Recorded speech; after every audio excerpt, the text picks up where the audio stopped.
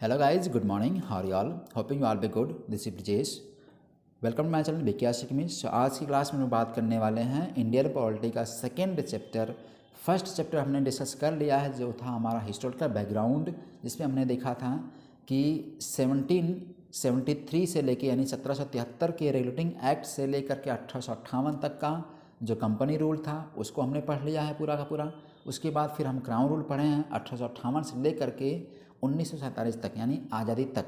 जो लास्ट का government of India act आता है या इंडियन इंडिपेंडेंट एक्ट 1947 आता है, वहाँ तक का हमने कवर कर लिया है, जिसमें हमने देखा था कि इंडिया को फ्री करने का यानी कि इंडिया को स्वतंत्रता देने की बात हो चुकी थी, जिसमें ये कहा गया था कि इंडिया के दो डोमिनियन होंगे, एक होंगे ब्रिटिश इंडिया के, एक होगा पाकिस्तान और एक होगा इंडिया, दो डोमिनियन होंगे। इसमें जो प्रिंसली स्टेट्स होंगे उनको ये परमिशन दे दिया गया या उनको अलाउ कर दिया गया कि वो चाहें तो इंडिया के साथ शामिल हो जाएं या तो चाहें तो पाकिस्तान के साथ शामिल हो जाएं या फिर उनका मन करे तो वो फ्री या इंडिपेंडेंट भी रह सकते हैं। इतनी तक हमने बातें देख ली थी। 1947 तक का हमने अब तक पढ़ लिया है। तो आज सेकंड चैप्टर हमारा होगा ये मेकिंग ऑफ द कॉन्स्टिट्यूशन। हमने ये देखा था कि परमिशन मिल गया था कि इंडिया अपना संविधान बनाए, अपना असेंबली बनाए। तो हम आज पढ़ेंगे इस वीडियो में, इस क्लास में, कि किस तरीके से संविधान की डिमांड उठती है, इसका आइडियाज़ कैसे आता है, असेंबली बनाने का कौन लाता है, पहली बार कहाँ किस अधिवेशन में कांग्रेस के बात कही देगी संविधान को बढ़ाने की। ये सारी चीज़ें, ये सारे डाउट्स हम इसी क्लास में क्लियर करेंगे। ठीक है, तो ये हम लोग जो कवर किया जा रहा है इंडियन पॉलिटी एम लक्ष्मीकांत की बुक से 6th एडिशन जो न्यूएस्ट एडिशन है उससे सारा चीज़ कवर किया जा रहा है। एंड आई होप आपके पास इंडियन पॉलिटी की ये बुक होगी तो आपसे रिक्वेस्ट है कि आप सेकंड चैप्टर खोल करके सामने वीडियो को भी देखते रहिएगा, प्लस उसमें रिवाइज भी करते रहेंगे तो काफ़ी बेनिफिशियल होगा। हमारा टारगेट होने वाला है 2023 का एग्ज़ाम जो है उसमें हम लोग टारगेट लेके चला जा रहा है। 4 से 5 महीने मैक्सिमम बचे हुए हैं आपके पास, तो उसको फोकस करके पढ़ा जा रहा है। तो सेकंड चैप्टर हमारा है संविधान का निर्माण यानी मेकिंग ऑफ द कॉन्स्टिट्यूशन। इसमें हम संविधान सभा को पढ़ा जाएगा। ठीक है, संविधान सभा बनती है किस लिए? सबसे पहले आपको याद रखना है कि संविधान जो सभा बनाई गई थी वो इसलिए बनाई गई थी कि संविधान पे डिस्कस करने के लिए, यानी कह सकते हैं कि संविधान का जो प्रोफार्मा था वो सब बन चुका था, उसमें क्या क्या चीज़ें कैसे कैसे रखना है, इन सब पे डिबेट करने के लिए, इन सब पे बहस करने के लिए संविधान सभा का निर्माण करवाया गया था। Right, okay. तो चैनल को फटाफट सब्सक्राइब कर लीजिएगा, बेल आइकन प्रेस कर लीजिएगा सो दैट मेरी आने वाली सारी वीडियो की नोटिफिकेशन मिल जाए। प्लस शेयर कर दीजिएगा अपने दोस्तों को, जिनको ज़रूरत उनकी होगी उनको शेयर कर दीजिएगा, लाइक कर दीजिए, कमेंट कर दीजिएगा। हो सकेगा तो ज़्यादा से ज़्यादा लोगों तक वीडियो को पहुँचाइए ताकि इसका बेनिफिट उनको भी मिल जाए। चलते समझते हैं हम लोग आज second chapter making of the constitution यानी संविधान का निर्माण। ठीक है, ओके। इसके साथ साथ हम लोग ये भी देखने की कोशिश किया जाए कि मेकिंग ऑफ द कॉन्स्टिट्यूशन से कौन कौन से क्वेश्चन प्रीलिम के लिए बनाए जा सकते हैं, इसी वीडियो में हम लोग देखेंगे। लास्ट में ये टॉपिक पढ़ाया जाएगा, पढ़ाने के बाद फिर हम लोग लास्ट में क्वेश्चंस कैसे कैसे आए हैं उनको भी देखने की कोशिश किया जाएगा। तो वीडियो को स्किप मत करिएगा, लास्ट तक देखिएगा ताकि क्वेश्चंस भी आप देख सकें, क्योंकि जब तक क्वेश्चंस आप नहीं हल कर पाएंगे तब तक आपको पढ़ने से कोई मतलब नहीं है। जब क्वेश्चंस कर ले जाते हैं आप पढ़ करके, तब आपको लगता है कि जो आप पढ़ रहे हैं वो रिलेवेंट है, अदरवाइज उसका रिलेवेंस नहीं हो पाता है। ठीक है, ओके। चलते हैं समझते हैं पहला टॉपिक। तो सबसे पहले जो बात उठती है संविधान के बनाने की यानी असेंबली के बनाने की बात उठती है वो 1934 में एक बात उठती है, जो आइडिया कॉन्स्टिट्यूंट असेंबली बनाने का जो आइडिया आता है एम एन राय साहब के दिमाग में ये आइडिया आता है। एम एन राय साहब कौन थे? ये कम्युनिस्ट मूवमेंट के पायोनियर थे, यानी कि फादर कहे जाते हैं कम्युनिस्ट मूवमेंट के इंडिया में। तो फर्स्ट टाइम इन्होंने पहला अपना विचार रखा कि संविधान सभा बनाई जाए। कब रखा गया? 1934 में। राइट, कब रखा गया? 1934 में, 1934 में। फिर उसके बाद 1935 में इंडियन नेशनल कांग्रेस ने आईएनसी ने पहली बार ऑफिशियली इसकी डिमांड की, किसकी? संविधान सभा बनाने की डिमांड की ऑफिशियली। राइट, कि संविधान सभा बना करके ही हम संविधान को फ्रेम कर सकते हैं। इसकी डिमांड कब हुई है? 1935 में। वेरी इंपॉर्टेंट, समझ में आ गया दोनों पॉइंट? ओके। फिर उसके बाद अब ये डेवलपमेंट हो रहा था, कॉन्स्टिट्यूशनल डेवलपमेंट चल रहा है। तो 1938 में नेहरू साहब ने डिक्लेयर कर दिया, घोषणा कर दिया कि फ्रेम करना होगा, हमको क्या करना होगा? फ्रेम करना होगा संविधान सभा को बनाने के लिए हमको एक फ्रेम बनाना पड़ेगा without outside interference by a constituent assembly elected on the basis of adult franchise. इन्होंने कहा, नेहरू साहब ने 38 में जब कॉन्स्टिट्यूएंट असेंबली बनाने की बात आई तो 38 में कॉन्फ्रेंस में इन्होंने कहा कि हमें एक ऐसा फ्रेम बनाना पड़ेगा कि हम किसी और से हमारे ऊपर प्रेशर न हो, ताकि हम स्वतंत्र रूप से एडल्ट फ्रेंचाइज से इसके बेसिस पे इलेक्शन करवा करके हम संविधान सभा को बनाएं और संविधान सभा की हेल्प से हम संविधान को निर्माण करें। ठीक है, ये बात इन्होंने कब कह दी? 1938 में कह दी। किसने कही? नेहरू साहब ने। तो आपने देख लिया 2 पॉइंट। एम.एन. राय साहब ने इसका आइडिया को फ्रेम किया, बनाया इन्होंने। नेहरू साहब ने इसको एडल्ट फ्रेंचाइज पे इलेक्शन करवा करके कॉन्स्टिट्यूएंट असेंबली फ्रेम करवाया और उसके बाद फिर कॉन्स्टिट्यूएंट की संविधान का निर्माण करवाया जाए। इतनी बातें हो गई। ठीक है, अब 1940 में अगस्त ऑफर आया। अगस्त ऑफर में डिमांड किया गया था कि संविधान बनाने की बात कही गई थी, जिसको फिर ये फाइनली एक्सेप्ट कर लिया जाता है। राइट, समझ में आया? तो अगस्त ऑफर में क्या बात कही थी? अगस्त ऑफर में डिमांड की कि हमारा संविधान बनाया जाए 1940 में, जिसको बाद में फिर इसको एक्सेप्ट कर लिया गया, यानी अगस्त ऑफर को एक्सेप्ट किया गया, संविधान बनाने की बात इसमें आई थी। ओके, ठीक है, समझ में आ गया। फिर अब आगे कहानी क्या होती? 1942 में सर स्टेफर्ड क्रिप्स और 3 लोग जो थे 1942 में क्रिप्स मिशन जब आता है, इसको क्रिप्स मिशन भी कहते हैं, ये कैबिनेट मिशन आता है क्रिप्स मिशन। तो उसमें ये प्रस्ताव लेके आया जाता है, ड्राफ्ट प्रपोजल आता है संविधान बनाने के लिए। राइट, यहाँ पे इंडियंस के लिए ब्रिटेन की पार्लियामेंट से, कैबिनेट से एक ड्राफ्ट बन के आता है कि इंडिया अपना संविधान बनाए। राइट, अपनी असेंबली बनाए, संविधान बनाए। तो ये बात होती है क्रिप्स मिशन। हालांकि वो फेल रहा, बाद में फिर आता है आपका कैबिनेट मिशन। तो कैबिनेट मिशन उतना सक्सेसफुल रहा है जितना कि सर स्टेफर्ड क्रिप्स का जो क्रिप्स मिशन तो सक्सेसफुल नहीं रहा था। राइट, तो इसमें बात आती है, ये मेंबर होते हैं कैबिनेट के, ये इंडिया आते हैं विथ ड्राफ्ट प्रपोजल लेकर के British government on the framing of independent constitution to be adopted after the world war second. ये बात कही जाती है। इसको नेगलेक्ट इसीलिए कहा गया था, इसी में गांधी जी ने भी कहा था, मुस्लिम लीग ने भी इसको बाइकआउट किया था, प्लस गांधी जी ने भी कहा था पोस्ट डेटेड चेक। तो याद रखना है आपको।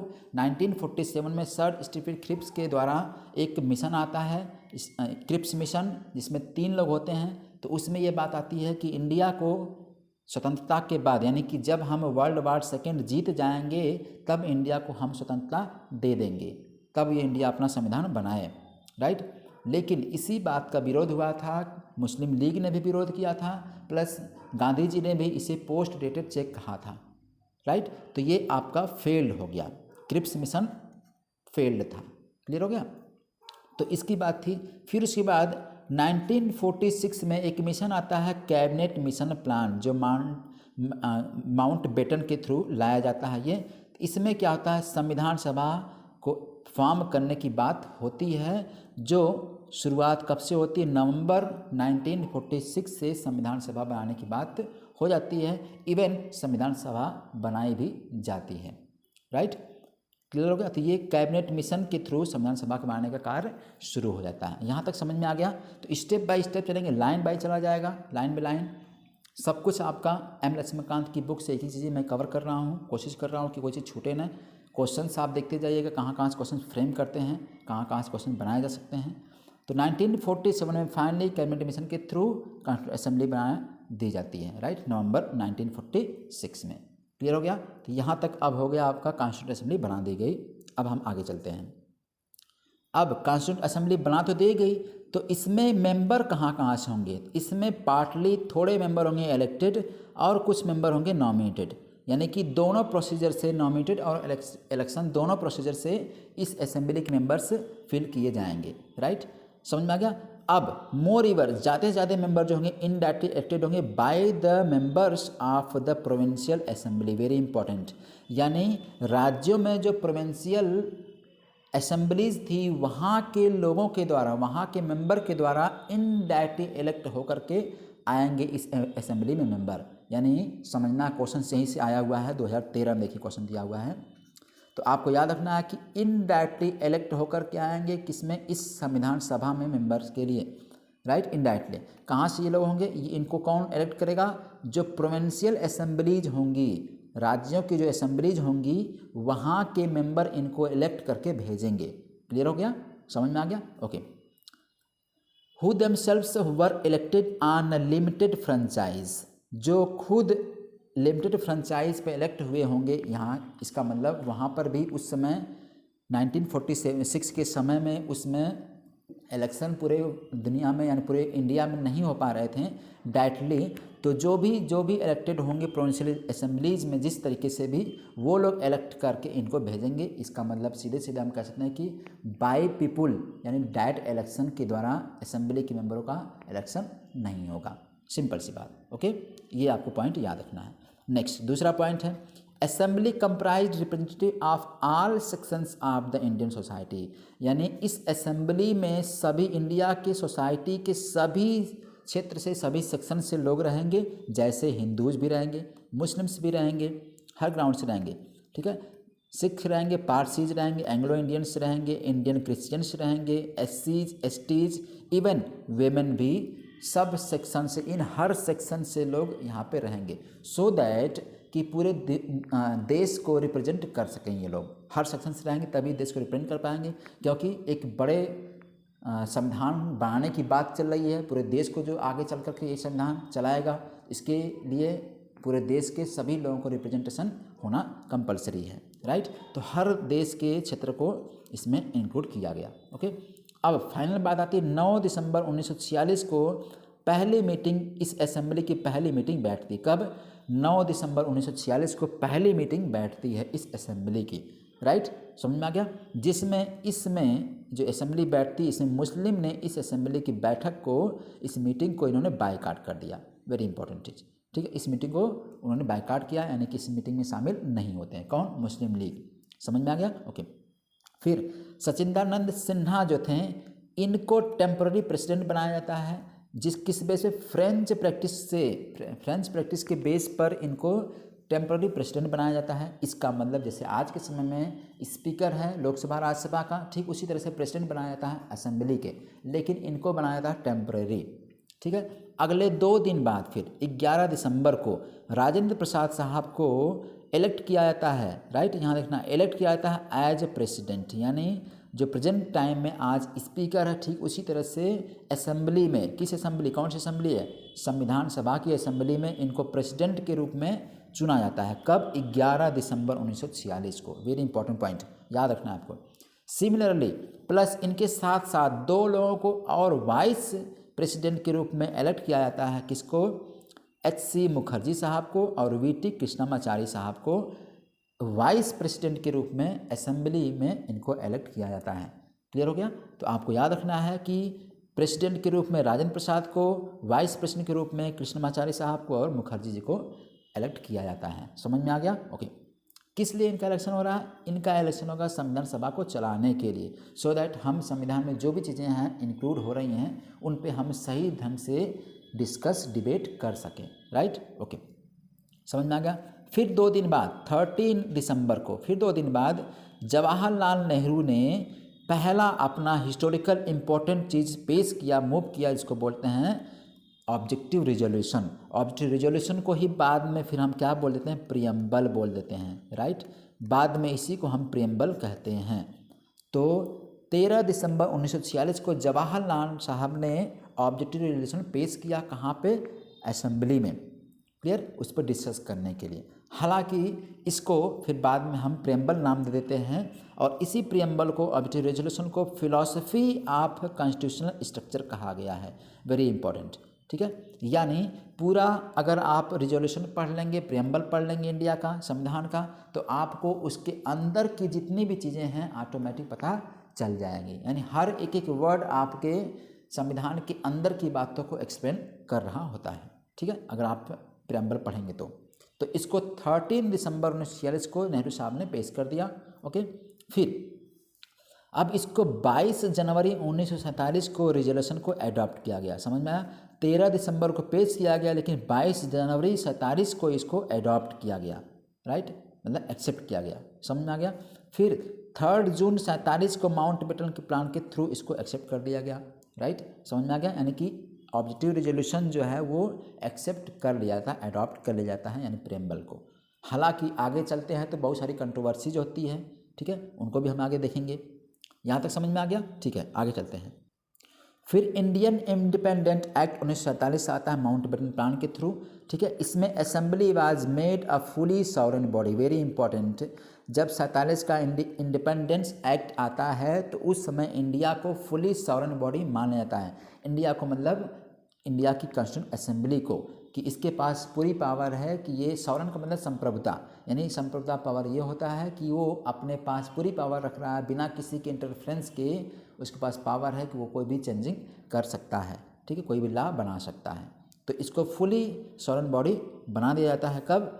इंडियन इंडिपेंडेंस एक्ट 1947 के थ्रू, राइट।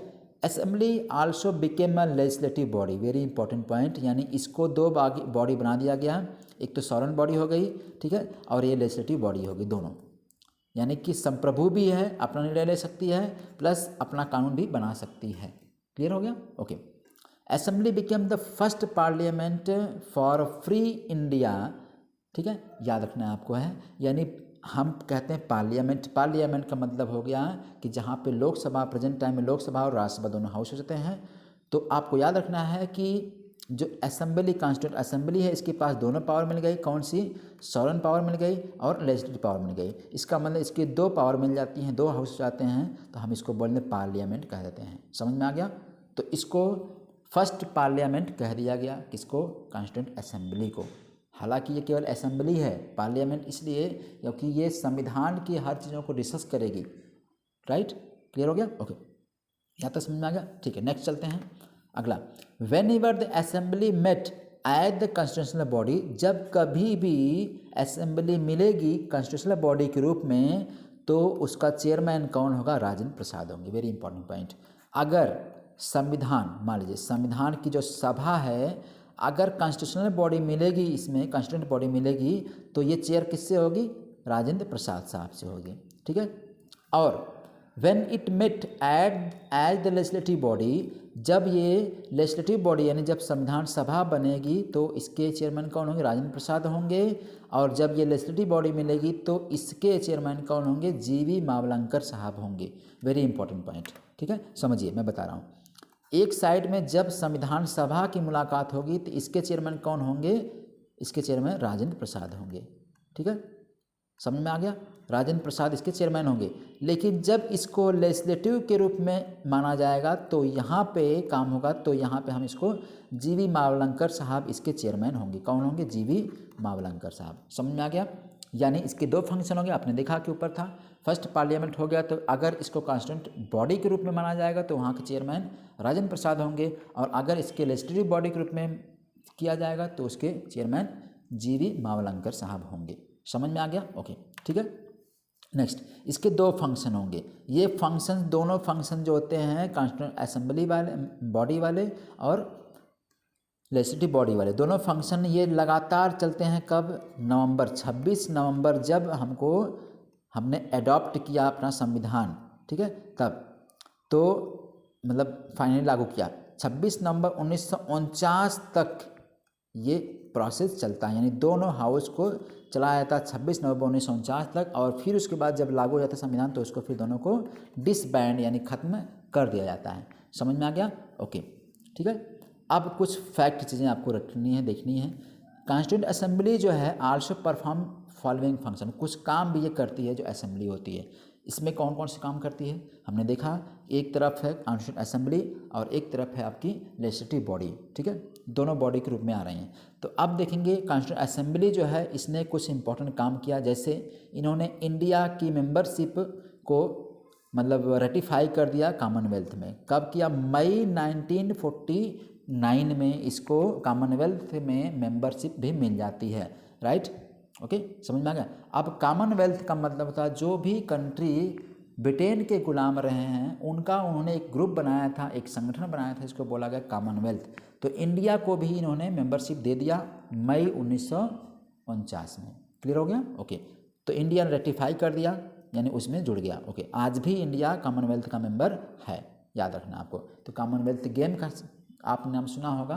तो कॉमनवेल्थ गेम्स जो होते हैं वो उन्हीं कंट्री के बीच होते हैं जो कभी न कभी या कहीं न कहीं ब्रिटेन के गुलाम रहे हों, राइट। ओके, फिर next point, it adopted national flag. India ने नेशनल फ्लैग अपना एडॉप्ट किया है कब? 22 जुलाई 1947 में, very important date. National flag जो है 22 जुलाई 1947 को अडॉप्ट किया गया है। नेशनल एंथम अडॉप्ट किया गया है 24 जनवरी 1950 को, वेरी इंपॉर्टेंट डेट।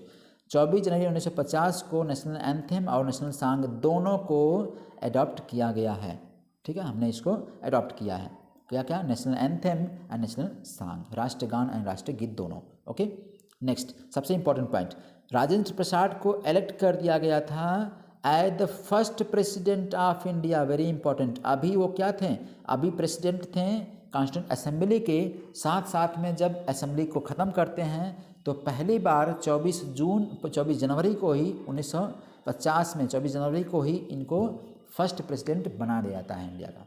फिर उसके बाद यही घटना होती है, यानी कि ये इसके बाद फिर आगे कहानी क्या होती है, 1951 में जनरल इलेक्शन होता है, राइट। लोकसभा का इलेक्शन होता है, तब उसके बाद पीएम का चुनाव उसमें होता है। तो जवाहरलाल साहब को इलेक्शन के थ्रू फिर प्राइम मिनिस्टर बनाया जाता है। तो याद रखना आपको, फर्स्ट प्रेसिडेंट बनाए जाते हैं राजेंद्र प्रसाद, कब? 24 जनवरी 1950 को ही, ठीक है, समझ में आ गया। ओके, जब 24 जनवरी 1950 को, फिर उसके बाद आप 26 जनवरी 1950 को आप देखेंगे तो गणतंत्र दिवस भी मनाया जाता है। तो जनवरी बड़ा इंपॉर्टेंट डेट याद रखना है। ओके, ठीक है। अब संविधान को हमने अडॉप्ट कर लिया, कब किया है हमने अडॉप्ट? 26 नवंबर 1949 को हमने क्या कर लिया? संविधान को अडॉप्ट कर लिया। अडॉप्ट करने के बाद ही राजेंद्र प्रसाद को प्रेसिडेंट बनाया जाता है इंडिया का। ओके, समझ में आ गया।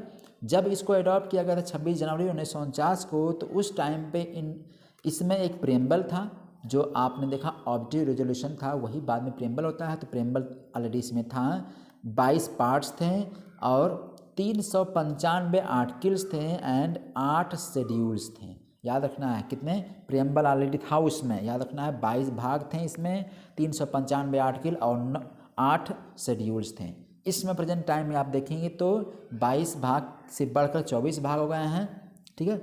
इनडायरेक्टली आप देखेंगे तो 22 ही भाग हैं। प्रेम्बल तो ऑलरेडी है ही, 400 से ऊपर आपके आर्टिकल्स हो चुके हैं जोड़ जाड़ करके सब, और इसमें शेड्यूल भी आपका बढ़ गया है। ओके, तो आप करंट में इसको देखेंगे, करंट हम देखेंगे आगे चल करके। Preamble was enacted after the entire constitution was already enacted, very important point.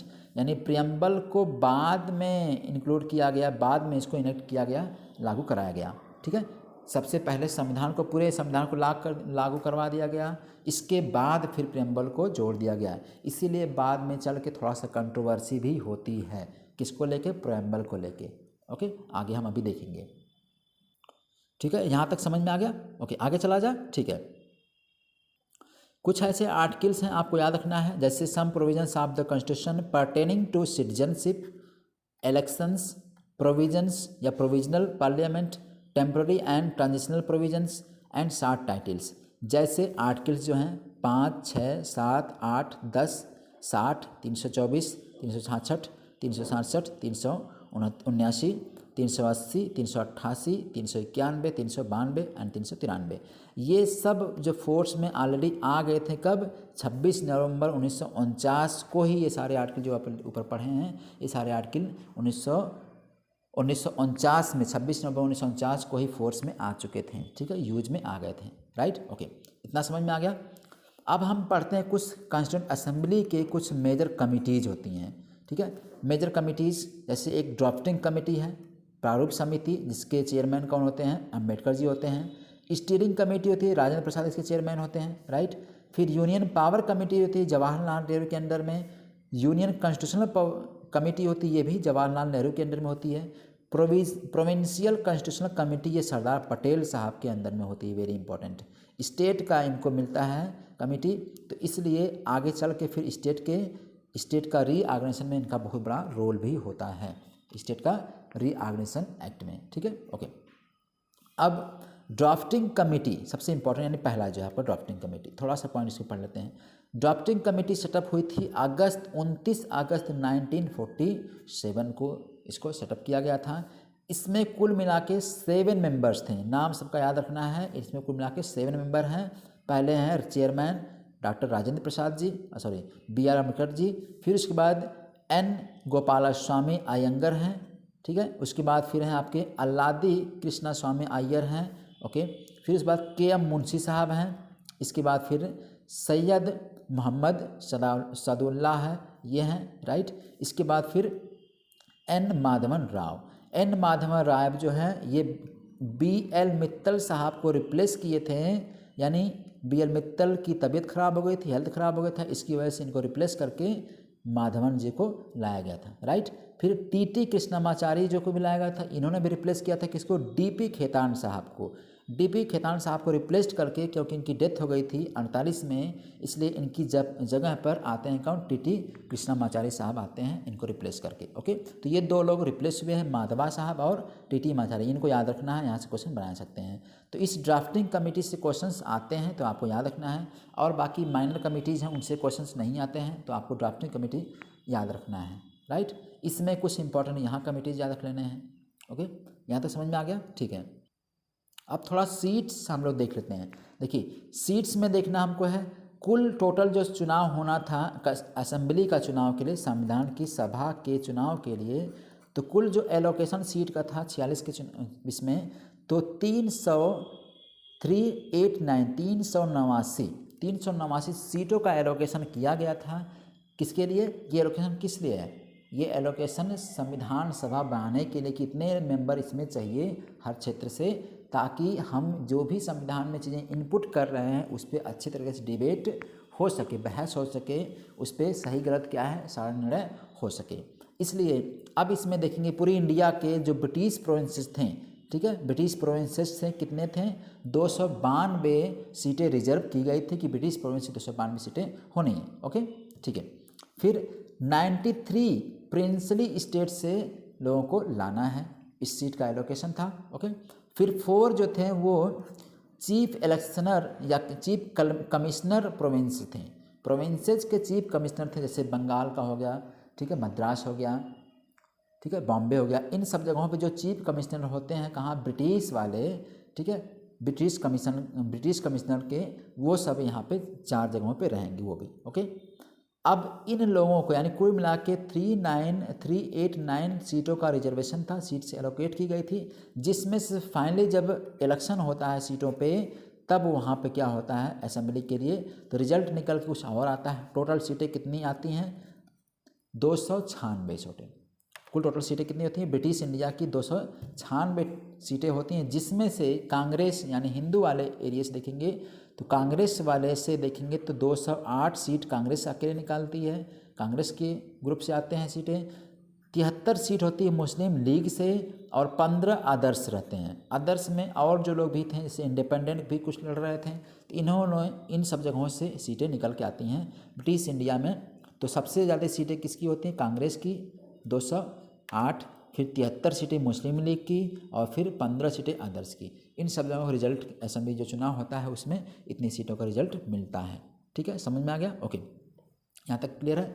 अब एक चीज़ याद रखना है कि जो सेशन चलाए गए थे संविधान सभा को बनाने के लिए, हमको याद है कि कितने दिनों में संविधान बना के तैयार हुआ था, ठीक है। हमको याद रखना है ना कि हमको इतना पता है सभी को कि 2 साल, संविधान को पूरा बनाने में 2 साल लगते हैं, 2 ईयर्स, ठीक है, 2 साल 11 महीने, ठीक है, 11 महीना और प्लस 18 दिन, ठीक है।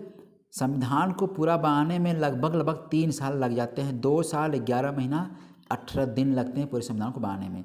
प्लस एक चीज़ और याद रखना है कि संविधान को जो कलेक्शन किया गया है सारे आर्टिकल सारी चीज़ों को, तो लगभग 60 देशों में 60 कंट्री में घूमते हैं लोग जाकर के, तब जाके संविधान के इतने इम्पोर्टेंट प्रोविजंस इसमें मिले हैं, ठीक है। ये चीज़ याद रखना है आपको है। और पूरे ड्राफ्ट को बनाने में जो वक्त लगा है, पूरे ड्राफ्ट को तैयार करने में जो वक्त लगा है वो लगा है 114 दिन, वेरी इंपॉर्टेंट, 114 डेज लगते हैं पूरे ड्राफ्ट को केवल बनाने में। ये एक चीज़ आपको याद रखनी है। तो कुछ फैक्चुअल चीज़ें आपको याद रखनी है कि 114 दिन लगते हैं ड्राफ्ट बनाने में, 60 कंट्रियों में घुमाया जाता है, तब जाकर के संविधान मेकर्स 60 कंट्री में घूमते हैं, तब उनको एक आइडिया मिलता है संविधान बनाने का कितना समय लगता है? 2 साल 11 महीना 18 दिन लगता है। सबसे इम्पोर्टेंट चीज़, पूरे संविधान को बनाने में 11 सेशन लेना पड़ता है। 11 सेशन में बैठक होती है, तब 11 सेशन में जाकर फाइनल आपको फाइनली जाके इंडियन कॉन्स्टिट्यूशन तैयार होता है। ठीक है, इतना वक्त लगता है, इतना टाइम लगता है, तो आज हम लोग कहते हैं कि कितना मतलब फटाक से वायलेशन कर देते संविधान का। तो आपको याद रखना है ये सभी चीज़ें।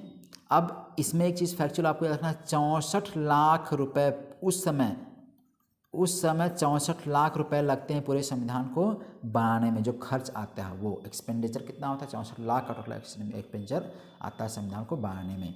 ठीक है, समझ में, ये फैक्चुअल चीज़ें हो गई। तो फाइनली आपका 24 जनवरी 1950 के हिसाब से फाइनल सेशन चलता है, लास्ट वाला सेशन, और फिर उसके साथ फिर 26 जनवरी 1950 को इंडिया का संविधान लागू कर दिया जाता है। ओके, ठीक है।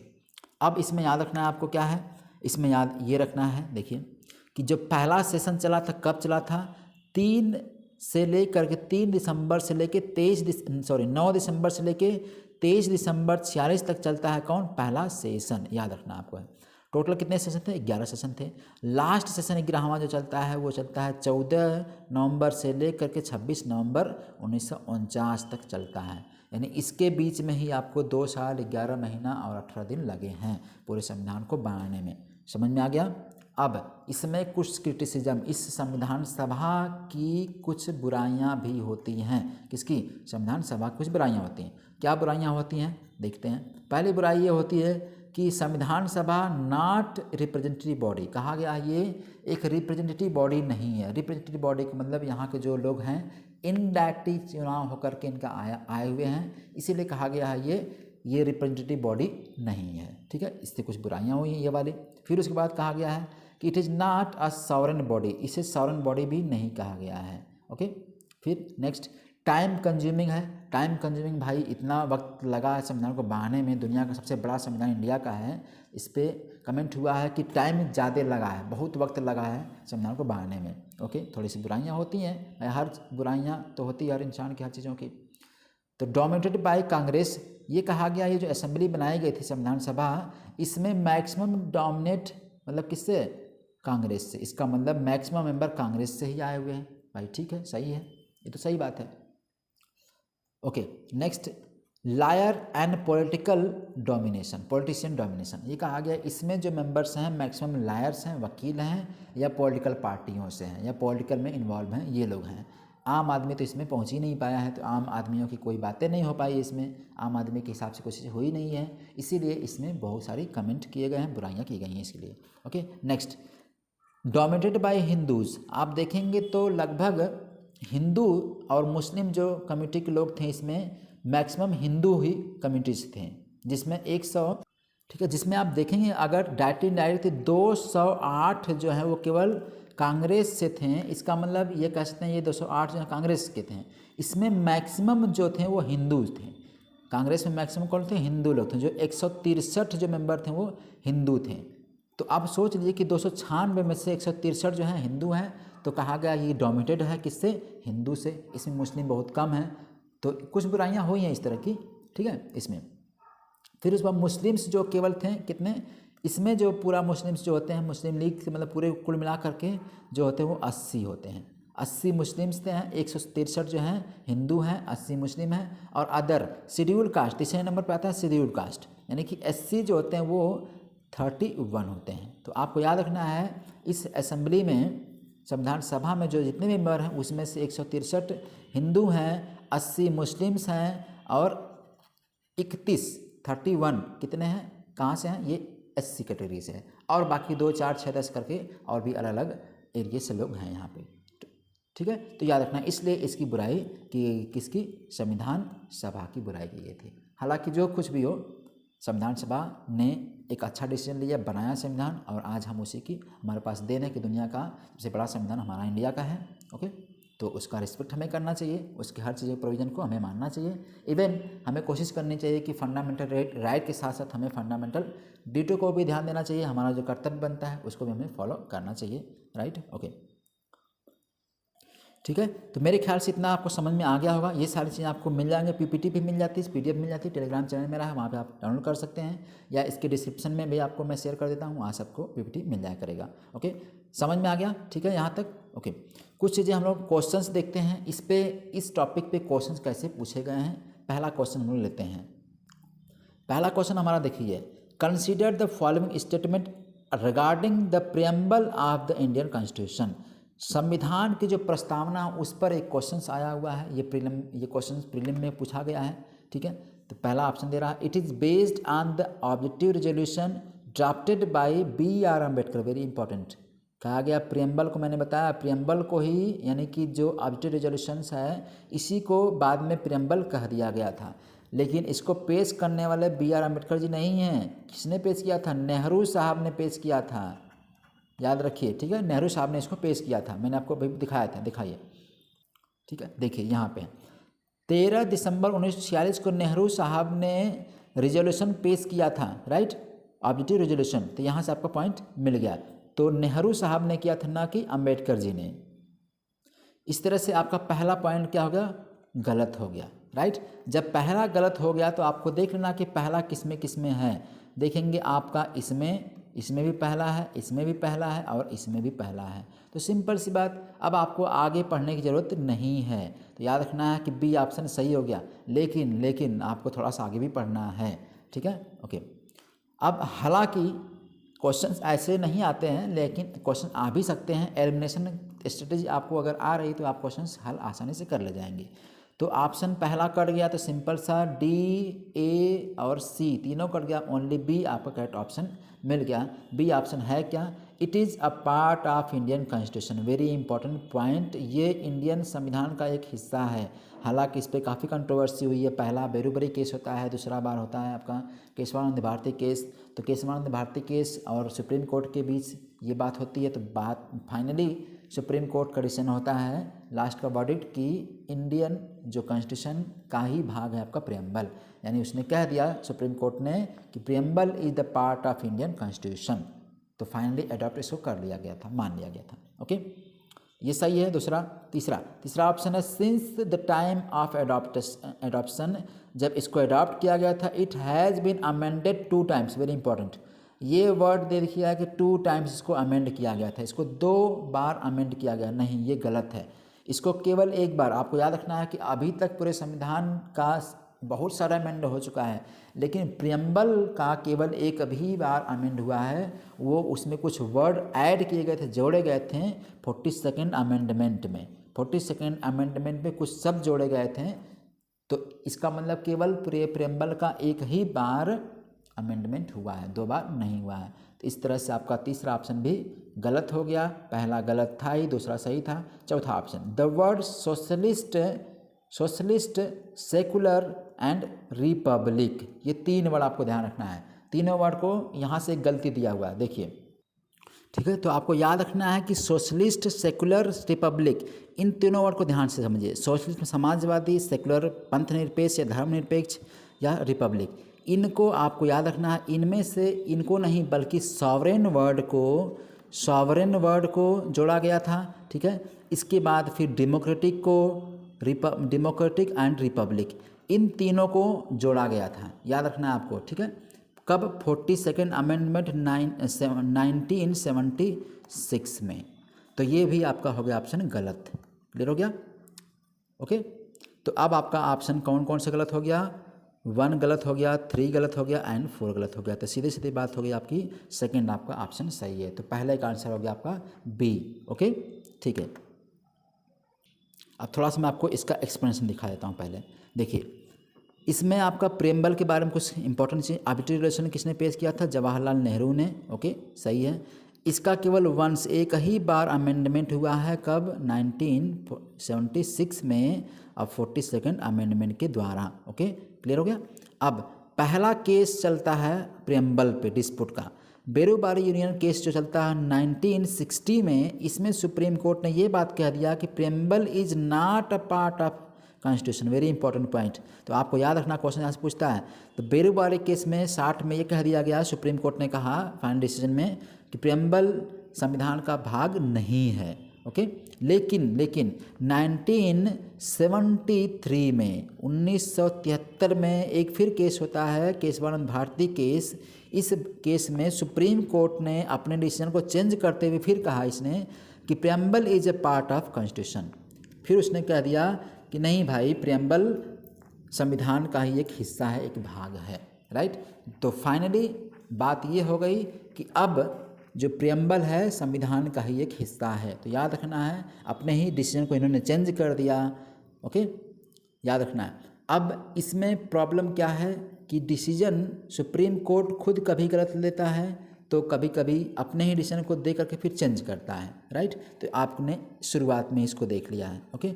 अभी प्रेजेंट में भी आप देख रहे हैं कुछ डिसीजन देता है, फिर चेंज करता है, देता है, चेंज करता है। तो इस तरह से कुछ चीज़ें एनॉमली मिलती है, ओके, फिलहाल, ठीक है। तो ये वाला ऑप्शन आपका गलत हो गया, ठीक है। सुप्रीम कोर्ट ने फाइनली मान लिया कि इंडिया का जो मतलब प्रेम्बल है वो पार्ट कॉन्स्टिट्यूशन का है, ठीक है, अनडिवाइडेड पार्ट, ओके, समझ में आ गया, ठीक है। अब दो बातें आपको याद रखनी है। एक पहली बात, preamble is neither a source of power to legislature.